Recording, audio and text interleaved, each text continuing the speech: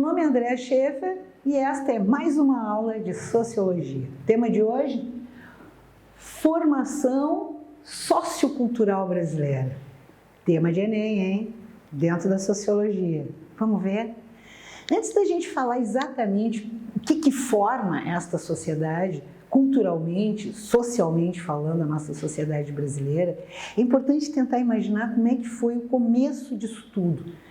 Como é que iniciou? Os portugueses chegam, sabemos que chegam juntos devido à extensão, né, geográfica, o tamanho desse país, em várias partes vão chegar outros tipos de imigração, mas é fato que oficialmente os portugueses eram donos desta área. Quem é que vem de Portugal para dar início a esse espaço? Lembrando sempre que nesse momento é uma terra, né, descoberta, se ela não existisse, e essas pessoas vêm para cá para extração de coisas importantes. Era diferente de navegadores que já chegavam no Império na Índia, no Império na China. Aqui, o que tinham quem? Os originários. O originário não é império. Opa! Maias, incas, astecas, toda a civilização guarani aqui no Brasil. Mas, enfim, chegam aqui, né, e não encontram ninguém, então vão tomar conta de tudo. Quem é que chega lá? Como é que é essa estrutura, então, desse Brasil que começa a ficar colonial? Vai ser sempre um processo de colonização violento, muito violento, e de exploração. Então, o confronto com os originários vai se dar logo em seguida por dois motivos. Um, para a ocupação do espaço, tinham que retirá-los, e outro, para escravizá-los. Esse início de colonização reconhece que existem os elementos étnicos diferenciados, contudo, eles saem da Europa com aquela prepotência natural de somos civilizados, usamos roupas, falamos uma linguagem aceita por Deus, aquele componente todo. Havia o que aqui? A presença, brancos e os originários neste momento. Logo em seguida, vão vir os negros para servir neste trabalho escravo, então, para dar ares, né, para essa colônia, para dar crédito para essa colônia, para que essas extrações todas surjam mais rapidamente. O início, né, da nossa colonização, então o início da nossa sociedade, que é a mesma coisa, ela vai ser marcada assim, por conflitos, muita desigualdade social e estou para dizer para vocês que esses conflitos e essa desigualdade social inicial ali arrastamos até hoje. Era um modelo patriarcal. Era um homem branco que vinha para cá com a sua família, mulher e seus filhos. Este homem determinava as regras da casa, o que a mulher podia ou não podia fazer, e de verdade ela só podia cuidar dos afazeres domésticos e servir para a procriação. Não tinha inferência nenhuma nos assuntos domésticos, nas determinações da casa, e muito menos o que estava acontecendo em termos de formação política daquela nova sociedade que estava emergindo naquele momento. Então, o patriarcalismo é a nossa semente, é o nosso começo. O homem branco, né, bem nascido, rico, heterossexual, que vem com esta carga do patriarcado lá da Europa e inicia-se então esta sociedade brasileira. Herdamos do que deste momento? Herdamos o machismo, vamos combinar que se continua até hoje. Esse machismo, né, vai também depois, logo em seguida, ser agregada a questão do racismo, da xenofobia em função dos povos originários. Vamos herdar daquele momento a manutenção dos grandes latifúndios de monocultura, aonde ainda ocorre trabalho escravo, volta e meia a gente vê essas notícias, e o conflito com os povos originários que nos dura até hoje. A cultura brasileira, então, é uma mistura disso tudo. Para cá vieram os brancos, já tínhamos os originários e vieram os negros. Como é que fica a nossa história? Esse caldo, né? Essa mistura toda vai chegar com na gente como? E o que é que a gente herda de cada uma dessas etnias, não é? Os brancos que vieram para cá faziam parte de muitos grupos. Não chegam aqui só os portugueses, né? Chegam portugueses. No momento exato da chegada dos portugueses, no início desse país, no início da nossa organização social, vem também holandeses, vem franceses, vem ingleses, e eles não vêm como imigrantes, eles vêm como colonizadores. Então, toda a costa brasileira, dizem que em Portugal, os portugueses, ao conversar com seus vizinhos, amigos de outros impérios, diziam que o Brasil era uma ilha muito pequena, né, que praticamente não tinha muita coisa e com muitos indígenas. Para não dar notícia lá de que a coisa era muito maior, que não era uma ilha, que era uma parte de um continente bem grande, e assim foram chegando curiosos os holandeses, os franceses, os ingleses, e esses mesmo depois que Portugal retoma as suas terras e oficializa como um reino português, se mantém. Vamos achar resquícios desses colonizadores que, mesmo não tendo ficado e construído essa nação efetivamente, constroem de alguma forma, porque norte e nordeste a gente vê muitos traços ainda dessa colonização, desse povo que chega lá para cima. Os portugueses, então, oficialmente são os que começam a formação desta sociedade brasileira. Os primeiros imigrantes vão chegar com a abertura dos portos feitos por Dom João VI, assim que chega aqui. Vinham para povoar, né? Por quê? Quem é que chega primeiro aqui? Então veio o Pedro Álvares Cabral, deu a notícia para o rei de Portugal que isso aqui estava valendo a pena e que não tinha mais nada aqui a não ser os originários, então dava para chegar. Quem é que vem primeiro aqui? Assim que eles descobrem, olha para cá, olha para lá, não tinha entrado no interior, coisa muito grande, não se tinha ainda descoberto os minérios, etc. e tal. É aquela árvore, né, com aquela casca avermelhada que os índios usavam para várias coisas, inclusive tintura de tecidos, para embarcação, madeira nobre, madeira boa, que os índios chamavam de pau-brasil. Então, quem é que vem para a extração do pau-brasil? Tendo em vista que não conseguiam a cooperação dos originários. São bandidos, assassinos, gente condenada lá, que é banida de lá e vem para cá como trabalhador. Segura isso aí que essa informação depois vem de um jeito que tu vai entender como é que a gente chega no nome brasileiro. Conhece essa história? Então eles vinham com os portugueses que vão chegando, né, vêm de Portugal, esses patriarcas com suas famílias, para então organizar uma sociedade, povoar esta colônia. E chegam aqui os açorianos, né, os suíços, prussianos, espanhóis, sírios, libaneses, ucranianos e japoneses. Naquele momento, chegam junto porque arrecados estão por lá. Quem é que quer ir? Descobrimos um lugar novo, um lugar interessante, quem é que quer chegar lá? Problemas na Europa e os caras chegam aqui. Os italianos e os alemães vêm depois, chegam em grande número, mas bota grande número nisso, povoando, né, majoritariamente a região sul e a região sudeste. Vinham para substituir o trabalho escravo e branquear a nação. Eles tinham essa missão. Tantos anos de escravidão, lá pelas cansadas, olha para um lado, olha para o outro, era muito preto nesse país.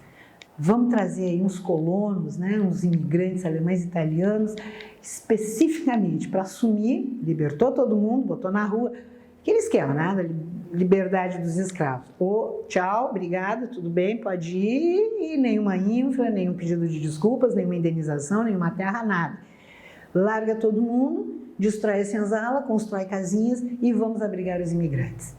Tendo em vista, né, o projeto do governo, vão acabar se misturando e a nação branqueia. Então, o que a gente herda dos originários, né? Então, como é que fica essa herança de quem já estava aqui, quem já conhecia a terra, quem lidava com a terra, quem lida com a terra até hoje, porque não conseguimos dizimar todos os nossos povos originários, temos muitos até hoje. Essa relação com a terra, essa coisa de acreditar que o planeta é um só, e que é ele, a Pachamama, a nossa mãe, vai pesar bastante em alguns de nós. Eu quero deixar bem claro aqui, isso serve para a interpretação de várias questões do Enem, que nós todos, hoje aqui, somos filhos desta mistura. Mesmo que tu não tenha nenhum negro, né, na tua árvore genealógica e nenhum originário, tu tem uma sociedade que é formada por esta mistura. Então, tu igual, né, tu sofre esta influência, né, e tu é influenciado por estas questões, destas heranças, né. Então, por exemplo, os originários, nós temos várias expressões no nosso vocabulário, mesmo que a gente não se dê conta, tem várias expressões que são indígenas. Por exemplo, Itapuã, Pindorama, primeiro nome da terra. Aliás, era como os originários chamavam o Brasil. Pindorama, a terra do arco-íris. Olha que coisa linda.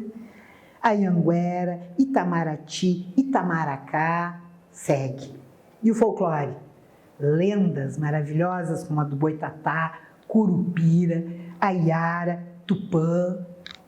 Na culinária, região norte, então, né, foi agraciada com tucupi, tacacá, maniçoba, mandioca, tapioca, beiju.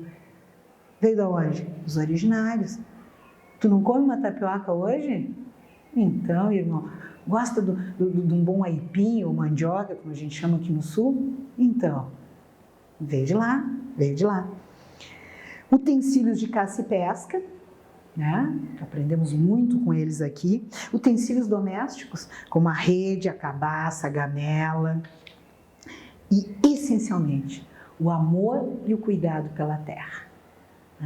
Então, o planeta que hoje se destitui tem nos originários seus filhos mais diletos, porque são eles que sabem que é impossível destruir o lugar onde tu mora, é a nossa casa. Tenta te lembrar, não tem jogar lixo fora, o planeta é um só, não tem dois planetas. E os negros? Os negros, hoje nós temos uma população de 52% de nós que se autodeclara negro. O que tu acha? Tem ou não tem uma influência fantástica dessa etnia? Lembrando sempre que foram sequestrados no continente africano e trazidos para cá para o trabalho escravo. Não vieram a convite, não são imigrantes, não vieram para colonizar. Eles foram tirados a ferro, sequestrados lá no continente deles. Não te esquece disso, tá? E a adaptação aqui, para que eles pudessem manter a sua cultura, eles foram se apropriando de algumas questões e misturando com a cultura do branco para parecer normal, para parecer tranquilo, para parecer que podia ser. Então, eles vão usar, para vocês verem a inteligência, né? Um povo inteligentíssimo, um povo sábio, um povo antiguíssimo, né? Descendentes dos sapiens, que as práticas culturais sobrevivessem dependiam dessas adaptações que eles fariam, fazendo parecer que uma coisa, com uma sincronicidade religiosa. Já ouviu falar? Espera aí. Encontramos herança africana em praticamente quase todas as nossas práticas culturais. Vai pensando, não discorda ainda, vai pensando comigo. Muito tempo as manifestações culturais e religiosas do povo negro foram totalmente proibidos. Só em 1930, por incrível que pareça, em plena ditadura do Estado Novo, Getúlio Vargas legalizou. Surgem as terreiras, as danças na rua, já pode o povo negro parecer que já podia se manifestar culturalmente. E em 2003, ganhamos uma lei de ensino, uma lei de educação, que insere no currículo do ensino fundamental e do ensino médio a obrigatoriedade do ensino da história afro-brasileira. Uma coisa mais linda. É claro, é uma obrigatoriedade dizer que está inserido, mas no Enem cai, não te esquece. Cultura afro é uma parte constituinte, importantíssima da memória e da história do povo brasileiro. É indissociável, não dá para separar. Tradições, costumes, mitologia, folclore. Curte capoeira? Já viu uma roda de capoeira? Tanana, lembra? Adoro capoeira. Capoeira junta dança, música e artes marciais. Foi proibida por muito tempo e hoje não, em 2014, foi declarado pela Unesco como Patrimônio Cultural Imaterial da Humanidade. Coisa linda, né?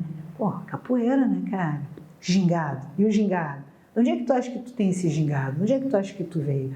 Mesmo que não tenha na tua árvore genealógica, mesmo que não apareça, está na sociedade, já está aqui. A gente gosta de dançar, a gente ama se mexer. Isso é cultura afro.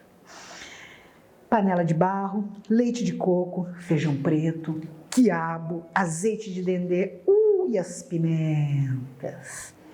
Expressões que nós usamos no cotidiano, culinária, música, a religião. Curte o carnaval? Mas mesmo que tu não curta, se tu botar o pé para fora, se tu chegar lá na Europa, o que vão pensar quando tu disser sou brasileiro? Duas coisas vão te dizer: samba e carnaval. Samba não é a música típica do Brasil, muitos não consideram, e realmente é a música mais emblemática. De onde é que tu acha que veio o samba? Olha, festa de Iemanjá, maracatu, maxixe, os atabaques, o afoxé e os tambores. Sabe como é que surge o samba aqui no Brasil? Então deixa eu te contar uma história legal. Os pretos vieram todos do continente africano, foram sendo esparramados pelo continente americano. Os negros lá no continente do norte, nos Estados Unidos da América, os nortistas, foram proibidos de tocar os tambores. Achavam aquilo extremamente animalesco, né? O tambor remetia à selva. E lá eles eram todos muito finos, muito civilizados, muito maravilhosos, muito brancos. Então eles não podiam tocar os tambores. Então eles criaram alguns instrumentos de corda, porque é da cultura deles, é da cultura africana que a música e a arte transmitem informações. Porque aí tu ouvindo, tu olhando, tu pegando com a mão a manifestação artística, tu te apropria dela. Então era impossível ficar sem cantar lá na senzala. Era impossível. Então eles criam instrumentos de corda e nessa criação surge o blues. Aqui no Brasil foi o oposto. Não podiam tocar instrumentos de corda. Podiam tocar os tambores lá na senzala em dias específicos e quando não incomodasse. No toque do tambor, nasce o samba, nasce o samba. Abará, vatapá, acarajé, quibebe. Já ouviu falar de algum deles? Não provou nenhum ainda? Duvido. Você está aqui no segundo lugar do mundo, a gente tem mais preto, como é que tu não provou nada disso ainda? Oxe! E a feijoada? Qual é a origem da feijoada? Os negros cultivavam feijão preto aqui, consumiam, e os brancos também tinham o costume, não muito, né? Porque já era uma coisa de cor preta, assim, que os escravos gostavam. Quando eles juntaram o feijão que eles cozinhavam com o resto das carnes, as consideradas menos nobres, que os senhores jogavam lá na senzala para que eles comessem, eles resolveram misturar essas carnes para dar gosto nesse feijão. E surge a feijoada, que naquele momento e por muito tempo foi considerada comida de preto, comida de escravo, comida de menos, pobre come arroz e feijão. Hoje, nesse momento, se for lá no Copacabana Palace, no Rio de Janeiro, vai lá e pergunta quanto é que custa tu sentar lá e comer uma feijoada e depois me conta se isso é comida de pobre e preto. Não é. Feijoada é um prato que remonta. Tu fala em feijoada lá fora, remete ao Brasil. Tu fala em samba, nem precisa dizer onde é que tu é. Como é que a cultura afro está aqui dentro? Agora a pergunta que não quer calar. Como é que tantas contribuições significativas, que por mais racista que tu seja, tu vai no carnaval. Tu curte um samba. Tem algum que tu gosta. Isso é afro. Isso é influência cultural negra, maravilhosa, que vai dar a cara e o tom, que vai dar musicalidade para esse país. Não foram os originários e muito menos os brancos. E na religião? Aí o sincretismo para sobreviver. Vamos aliar, né? Vamos aliar o nome dos orixás a nomes de santos católicos, né? Que é Portugal católica, para que nós não vamos perder a nossa ideia de religião. A gente tem que passar para os que estão nascendo aqui. Os pretos precisam continuar sabendo. Olha que coisa linda essa preocupação. Olha que maravilha, que integridade, que coisa genial esta gente sofrendo debaixo do chicote e preocupada em manter as suas tradições e não perder a sua essência, ou seja, resistência. Não desistem nunca. Isso me enche de orgulho nesse país. A conversão ao catolicismo, então, era totalmente aparente. Eles mantinham as suas tradições, eles mantinham os seus cantos e os seus orixás. Só trocavam de nome. Não parecia que estavam convertidos e que tinham esquecido a barbárie do continente africano. Então, nesse momento nasce o batuque, a umbanda, a macumba. Sabiam disso? E até hoje. Chega no dia de hoje, o que é que tu pensa? Ah, isso aqui é coisa de branco, isso é coisa de preto, isso é coisa de índio. Tu pensa assim? Não. Tu tá nesse caldo aqui, ó. Tu foi posto nesse panelão. Tu é uma mistura de tudo isso. Não, na minha ancestralidade é todo mundo alemão, na minha é todo mundo europeu, na minha é todo mundo italiano. Pode não estar no teu sangue. Coisa que na terceira ou quarta geração nesse país já botam em dúvida. Mas está na tua manifestação cultural. Lembrando sempre que cultura é tudo aquilo que compõe a identidade de um povo.